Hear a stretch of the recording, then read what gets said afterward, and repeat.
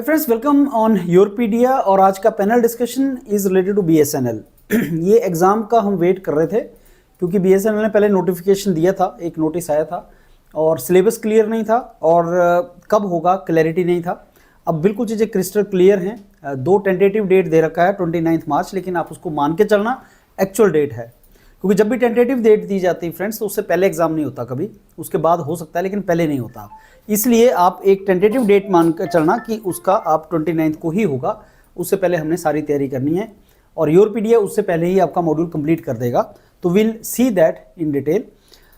अब ये जो बीएसएनएल का एग्ज़ाम है फ्रेंड्स, ये काफ़ी प्रेस्टिजियस है बहुत से कैंडिडेट्स के लिए। उसका रीज़न है कि यहाँ पे एक तो BSNL is now growing public sector बन रहा है। पहले कुछ लॉस मेकिंग में थे लेकिन अब things are better and they are getting improved.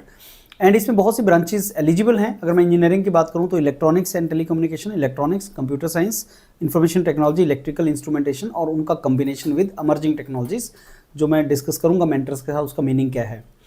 अब इसमें आपकी फॉर्म फिलिंग 5 फरवरी से स्टार्ट होगी, 7 मार्च तक होगी। 30 साल एज है अनरिजर्व्ड के लिए, ओबीसी के लिए 33, SC ST 35 ईयर्स। सो वो भी एक रिस्पाइट है बहुत से कैंडिडेट्स के लिए जो प्राइवेट सेक्टर में जॉब कर रहे हैं और चाहते हैं कि पब्लिक सेक्टर में एंट्री करें। इसका सिलेबस बहुत ही यूनिक है और अगर मैं ऐसा बोलूं कि वो योरपीडिया के थीम के साथ मैच करता है तो that is a correct statement. Yourpedia हमेशा उन एग्जाम्स के लिए टेलर मेड मॉड्यूल देने के लिए एक एक्सपर्ट प्लेटफॉर्म है जहाँ पे सिलेबस न्यूली क्रिएट किया जाता है, जिसमें कम्बिनेशन है, जिसमें प्रोजेक्ट मैनेजमेंट भी है, जिसमें आपका current issues, current emerging technologies like IoTs भी है, जिसके अंदर आपका hardcore subjects knowledge of computer science, electronics भी है। तो जब ऐसा कम्बिनेशन हो जाता है तो योरपीडिया इज़ अ प्लेटफॉर्म जहाँ पे आपको जस्टिफिकेशन मिलता है किसी भी एग्जाम की तैयारी करने के लिए।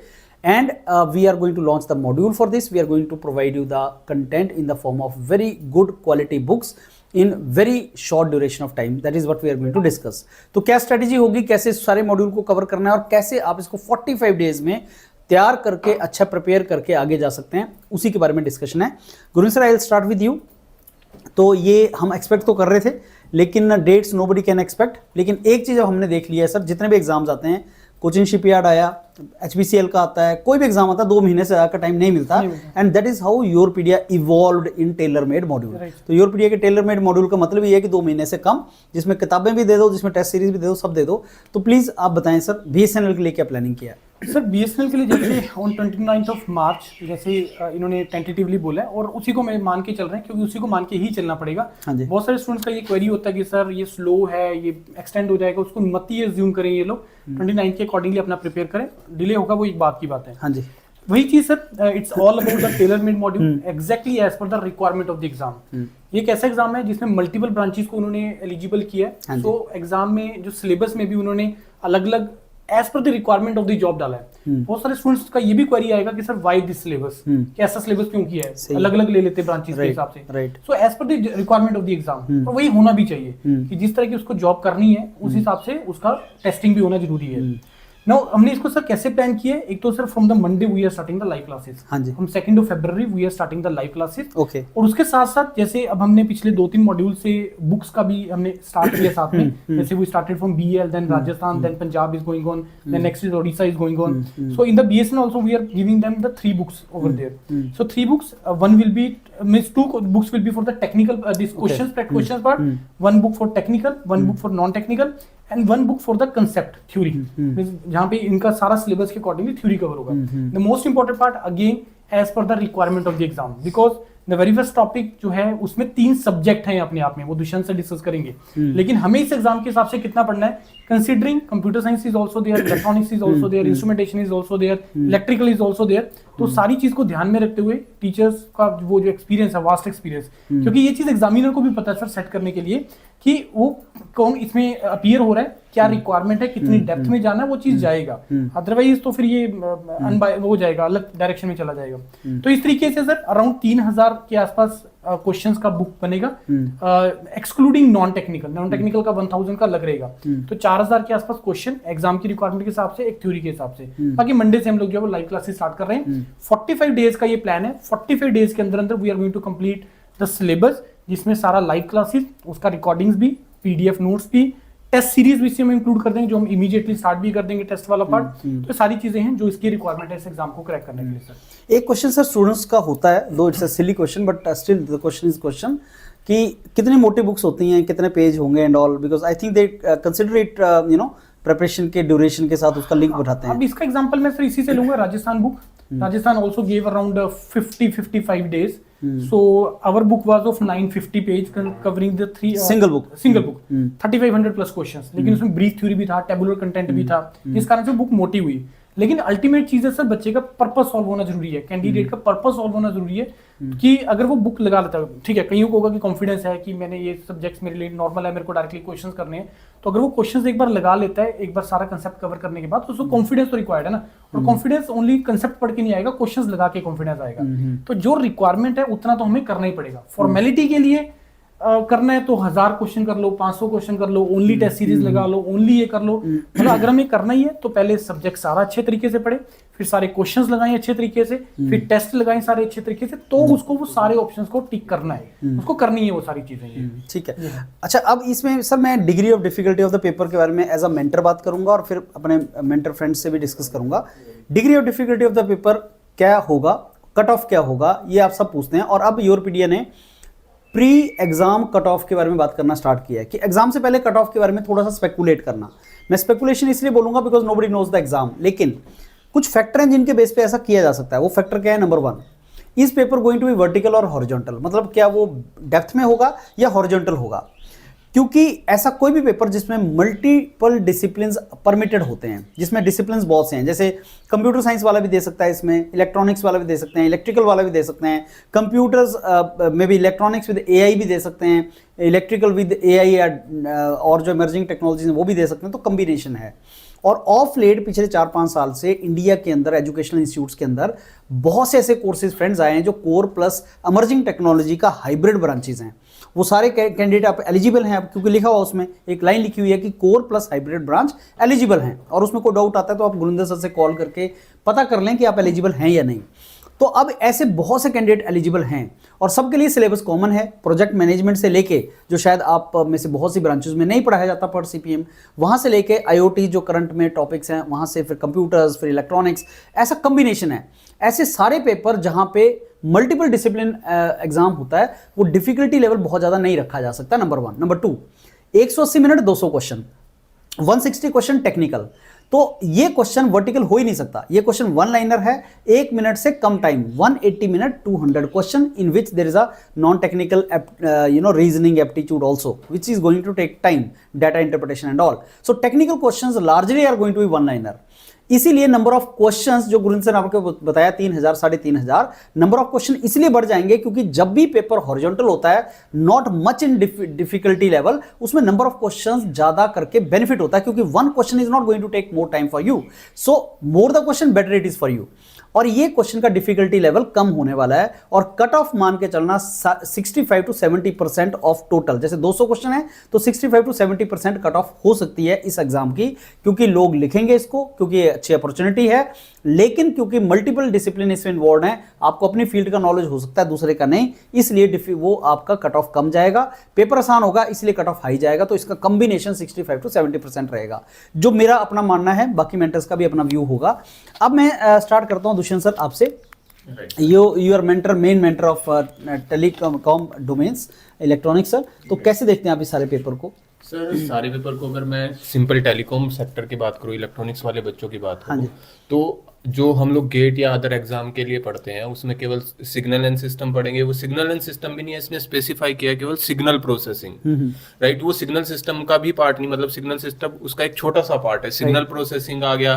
नेक्स्ट इसने अपने को पहली चैप्टर में जो बेसिक ऑफ टेलीकम्युनिकेशन कंसेप्ट है, यहाँ पे लिखा है इसने मॉड्यूलेशन एंड डिमॉड्यूलेशन दिया हुआ है। तो अब वो डिमॉड्यूलेशन और मॉड्यूलेशन में पूरा अपना कम्युनिकेशन कवर कर रहा है, बट हमने कम्युनिकेशन में उसमें पूरी डेप्थ में नहीं जाना है। हमने बेसिक से, जैसे अपना एनालॉग कम्युनिकेशन में पढ़ते हैं AM FM और ये सारी चीजें पढ़ते हैं, इनका मॉड्यूलेशन और डिमॉड्यूलेशन बेसिक हमने पढ़ना है, एडवांटेजेस इनके, डिसएडवांटेजेस, तो यहाँ पे वो स्टिक करेगा इन चीजों पे। नेक्स्ट इसने मल्टीप्लेक्सिंग, स्पेक्ट्रम मैनेजमेंट एक अलग ही सब्जेक्ट होता है जो उसने स्पेसिफाई कर दिया है यहाँ पे। तो यहाँ पे अगर मैं बात करूँ इलेक्ट्रॉनिक्स वाले बच्चे जो गेट के या अदर एग्जाम की प्रिपरेशन कर रहे हैं, तो उनके लिए भी ये सबके लिए बिल्कुल ही न्यू सिलेबस है, हम एक तरह से ये कह सकते हैं सर। अगर आप सारे सब्जेक्ट्स को कवर करोगे तो वायरलेस कम्युनिकेशन है, फिर वायरलाइन कम्युनिकेशन है इसके अंदर, तो ये सारी चीजें इसने कवर की है। वायरलेस कम्युनिकेशन मोस्टली हम लोग डिग्री के अंदर उतना डेप्थ में नहीं पढ़ते हैं जो इसने सिलेबस के अंदर स्पेसिफाई किया। इसने 5G को भी स्पेसिफाई कर दिया, क्योंकि करंटली जो है BSNL 5G पे काम कर रहा है, तो आपको 5G का बेसिक पता होना चाहिए। तो सिलेबस जो है बेसिकली इसने ऐसा डिजाइन किया है कि करंट में जो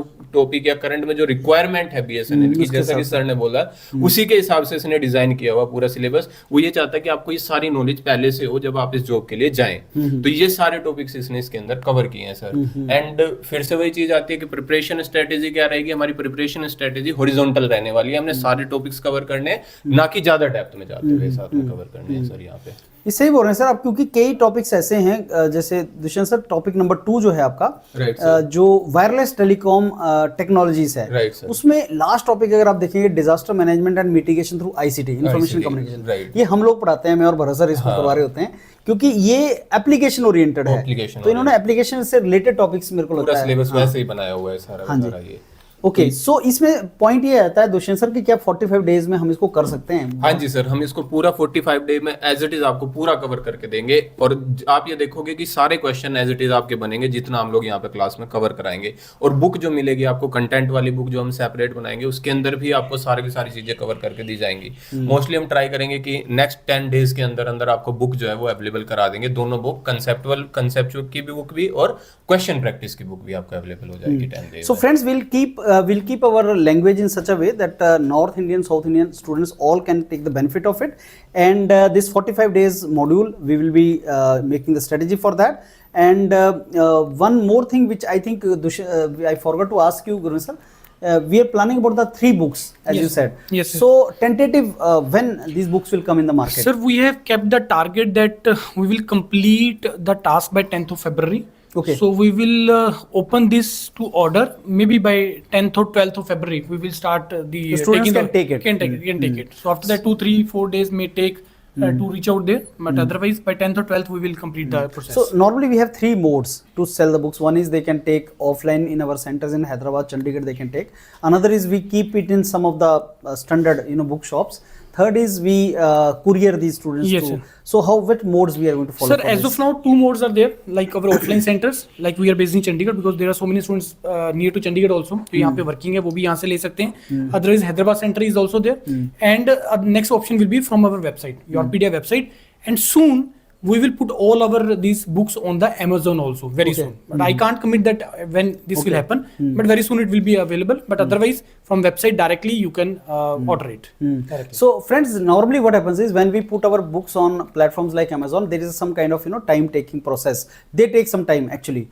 But in the tailor-made modules, we don't have time actually. The moment some exam comes, like yesterday, this notification came and all the mentors are since morning discussing about content and questions and how it is to be done. So we'll be, completing this entire task in 7 to 10 days, and we'll roll out with a book for all of you. But now whether that book is available on Amazon, that further may take time, because once book is ready, then there are some formalities for these middle service providers. So we need to see whether if you urgently require the book, we can courier it, you can take from our office and all. That is how it is to be done. And classes obviously will be started very soon. Our modus operandi is there's a WhatsApp group, free WhatsApp group, in which we share the content, and the purpose is before you purchase any of our module or our books, you should see what kind of content these guys are producing. So for that there is a free WhatsApp group, and uske baad jo register ho jata hai uska there is another WhatsApp group, that is what we create, and that is how this entire process starts. एक मेरा question है sir आपसे, जैसे बहुत students भी ये पूछते हैं कि सर ठीक है क्लासेस तो आप स्टार्ट कर देते हैं, मंडे से आप कर देंगे, मेंटर्स है सब कुछ है,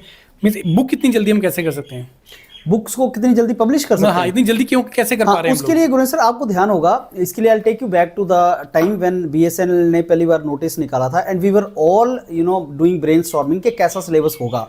अब आप खुद सोच के देखो sir, whatever we thought that time the same syllabus has come. हमने बात किया था कि साहब इमर्जिंग टेक्नोलॉजी तो आएगा, तो इमर्जिंग टेक्नोलॉजी से आएगा, तो मेंटर्स ने ऑलरेडी इमर्जिंग टेक्नोलॉजीज का कंटेंट और बुक्स बना रखी है।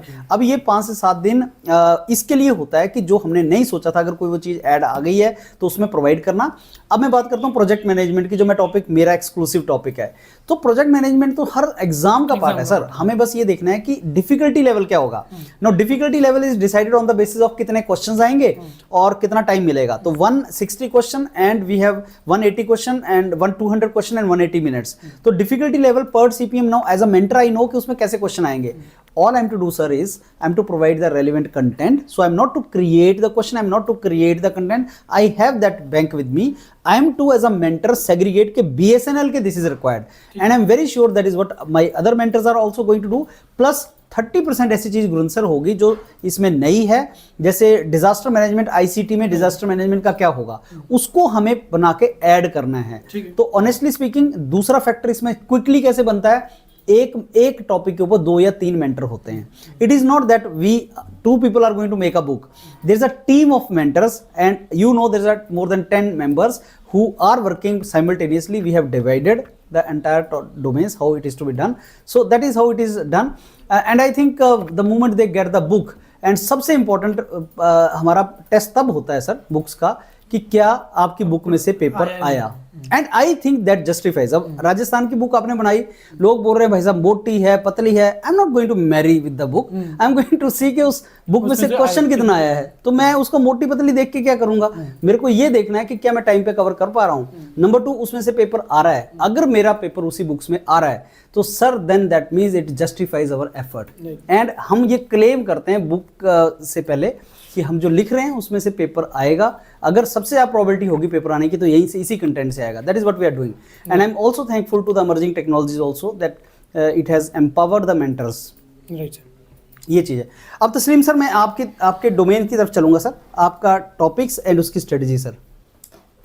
ये ट्रांसमिशन इंफ्रास्ट्रक्चर शायद sir. Thank you sir. Sir मैं ये बता दूं बच्चों को कि ये जो टॉपिक है उतना रैंडम नहीं है सर। हाँ जी। मैं बच्चों को इसमें ट्रांसमिशन सिस्टम पढ़ाऊंगा और स्पेशली उसमें भी सर ऑप्टिकल फाइबर, क्योंकि ट्रांसमिशन सिस्टम में और काफ़ी चीज़ें आ जाती हैं, बट मैं स्पेशली डील करूंगा ऑप्टिकल फाइबर। हाँ। उसमें सर मैं बच्चों को, हालांकि मैंने डॉक्यूमेंट्स पे भी काम कर दिया है, उसमें मैं ये प्रोवाइड करूंगा जैसे कि जो सिलेबस है सर, उसमें आपके जो ऑप्टिकल फाइबर है रिफ्रैक्टिव इंडेक्स के टाइप की बेसिस पर कितने टाइप के होते हैं, फिर एक होता है सर मटेरियल जो उसमें यूज कर रहे हैं उसके बेसिस पे क्या होता है, फिर उसमें सर उसकी कंस्ट्रक्शन आ जाती है, और जो सबसे ज्यादा इंपॉर्टेंट है वो उसका एप्लीकेशन पार्ट है।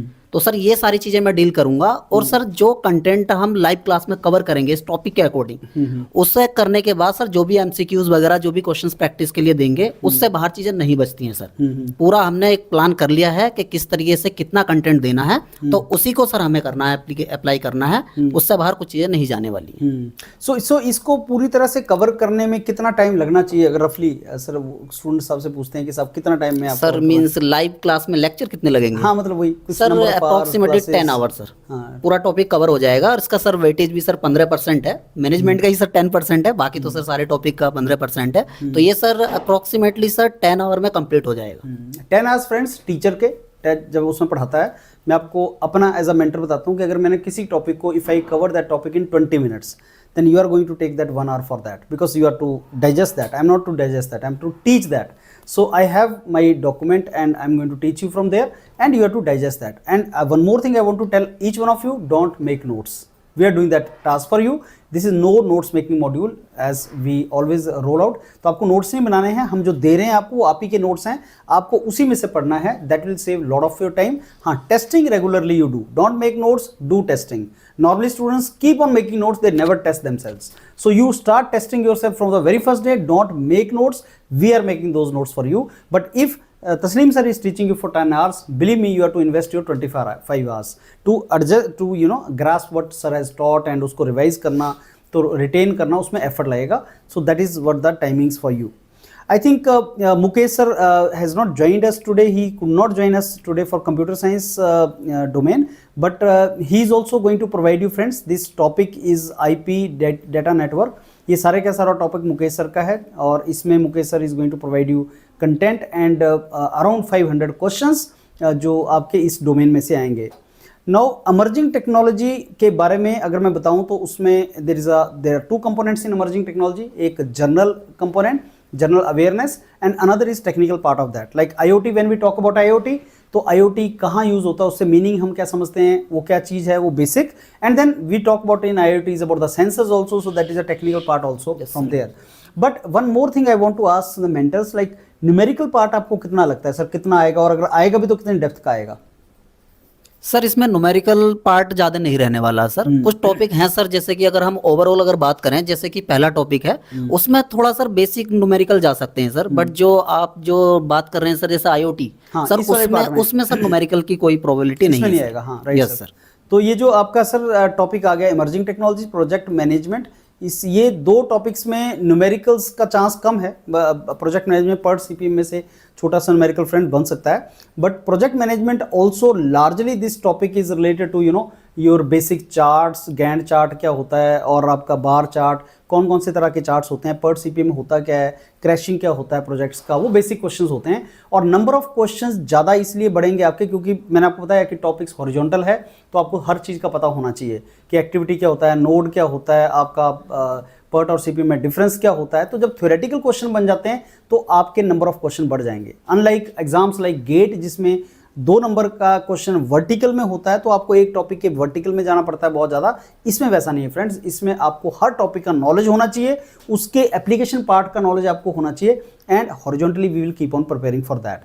Now I am coming to Bharat sir, and आपका नॉन टेक्निकल वाला जो पार्ट है Bharat sir, so what is your input on that? Sir non technical part जो रहेगा, इसमें क्वांटिटेटिव एप्टीट्यूड भी आ रहा है पूरा, जिसमें से लगभग 10 चैप्टर बनते हैं. मैं मेन चैप्टर्स की बात कर रहा हूँ. Just for the reasoning also there are also 10 chapters, so overall 20 chapters there will be, and total marks is of 40, and it is also consist of English also. Right, sir. Madam is not there. Madam will teach the English part. Shubha will take that, right? So overall sir यहाँ पे मैं बात करूँ अगर reasoning और quantitative aptitude की, तो वही रहने वाला है जैसे SSC CGL का है. आप उसको एक रेफरेंस ले सकते हो, जो वो वाला लेवल यहाँ पे रह सकता है उसका. Right sir. हाँ जी. तो इसमें Bharat sir how many questions and content we will be providing students? Sir अगर मैं देखूं तो 20 चैप्टर लगभग बन रहे हैं, 20 to 30 तक भी जा सकते हैं, जिसमें बहुत छोटे क्वेश्चन होंगे. सो अगर हम 30 into 30 करें, 900 क्वेश्चन, अप्रोक्सीमेटली 1000 क्वेश्चन यहाँ पे बन सकते हैं. So 1000 question and this entire will be complete. Yes. Okay, so that's it. I think Guru sir, we have discussed more or less every point. कुछ अगर छूटा है सर पॉइंट?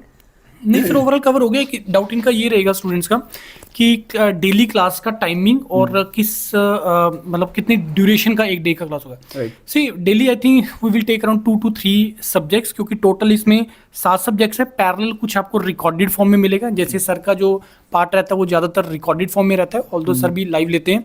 तो सर के जो 2 कंपोनेंट है, प्रोजेक्ट मैनेजमेंट, MRG, वो parallel live, क्योंकि इसको कंप्लीट भी हम ऐसे ही कर सकते हैं सर, क्योंकि अगर हम सारा लाइव करने लग जाएंगे तो वो बहुत ज़्यादा टाइम ले लेगा. तो पैरेलल कुछ कंटेंट हम इनको रिकॉर्डेड फॉर्म में देंगे, एंड कुछ क्लासेस इसमें मतलब majority classes will be live. Around 70 to 80% content is going to be live. उसके बाद रिकॉर्डिंग मिल जाएगा आपको.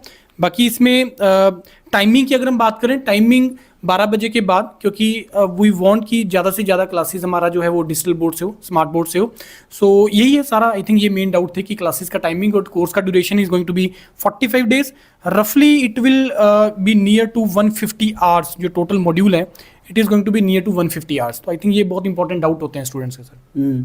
So that's it friends. I think this topics जो आप हम लोग करवाएंगे, जैसे from emerging technology, project management, this entire will be I believe 5 to 10 lecture each, so 15 से 20 lectures for these topics, and each lecture half an hour, and content of 20-30 pages. That will be more than sufficient, जिसमें से exam में question आएगा. So let's start pushing our efforts in that direction friends, and I'm very sure अगर हम तैयारी करेंगे in time तो हम 15 मार्च तक complete कर लेंगे. We'll keep a target for us as mentors to complete this entire thing 15th of March, so that you still are left with 15 more days for your final exam, अगर exam 29th मार्च को ही हुआ. So all the very best friends, thanks a lot.